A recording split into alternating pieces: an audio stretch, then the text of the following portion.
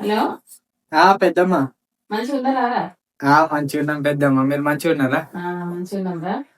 చెల్లెది engagement ఉంది మన Sunday రోజు. ఊర్లోనేనా? ఊళ్ళో అమ్మ కూడా ఫోన్ చేసినా వస్తాన్నది. మీరైతే ఒక 2 రోజుల ముందు రండి మరి.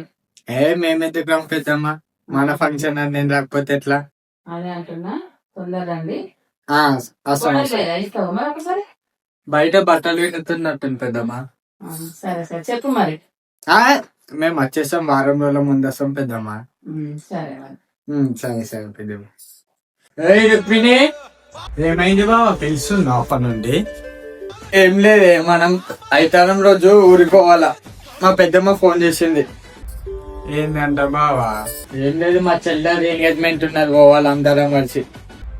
అయ్యో బావ, మొన్ననే పుట్టపోయేటప్పుడు లీవ్ తీసుకుని ఎప్పుడు ఇస్తారో అయ్యారోనే. డ్యూటీ లేదేం లేదు, మనం 2 రోజుల ముందు పోవాలా. సాయంత్రం జల్లి పని అంతా వేసేసుకో, షాపింగ్ కోసం అట్లనే బంగారం ఏమన్నా పెట్టాలా కదా. ఇప్పుడు ఎందుకు బాబా బంగారం? ఎంగేజ్మెంట్ పెళ్ళికి పెడదాం ఏదో ఒకటి. ఇప్పుడు అత్తమ్మ ఇట్లా వస్తుంది నువ్వు, నేనెందుకు బావా? బావా, మా పెద్దమ్మ కొడుకు మొన్న చచ్చిపోయింది చూసినావా? దినాలంటే నేను దినాల కూత.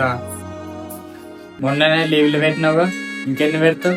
నాడు కొడుకు అబ్బా పోతానే.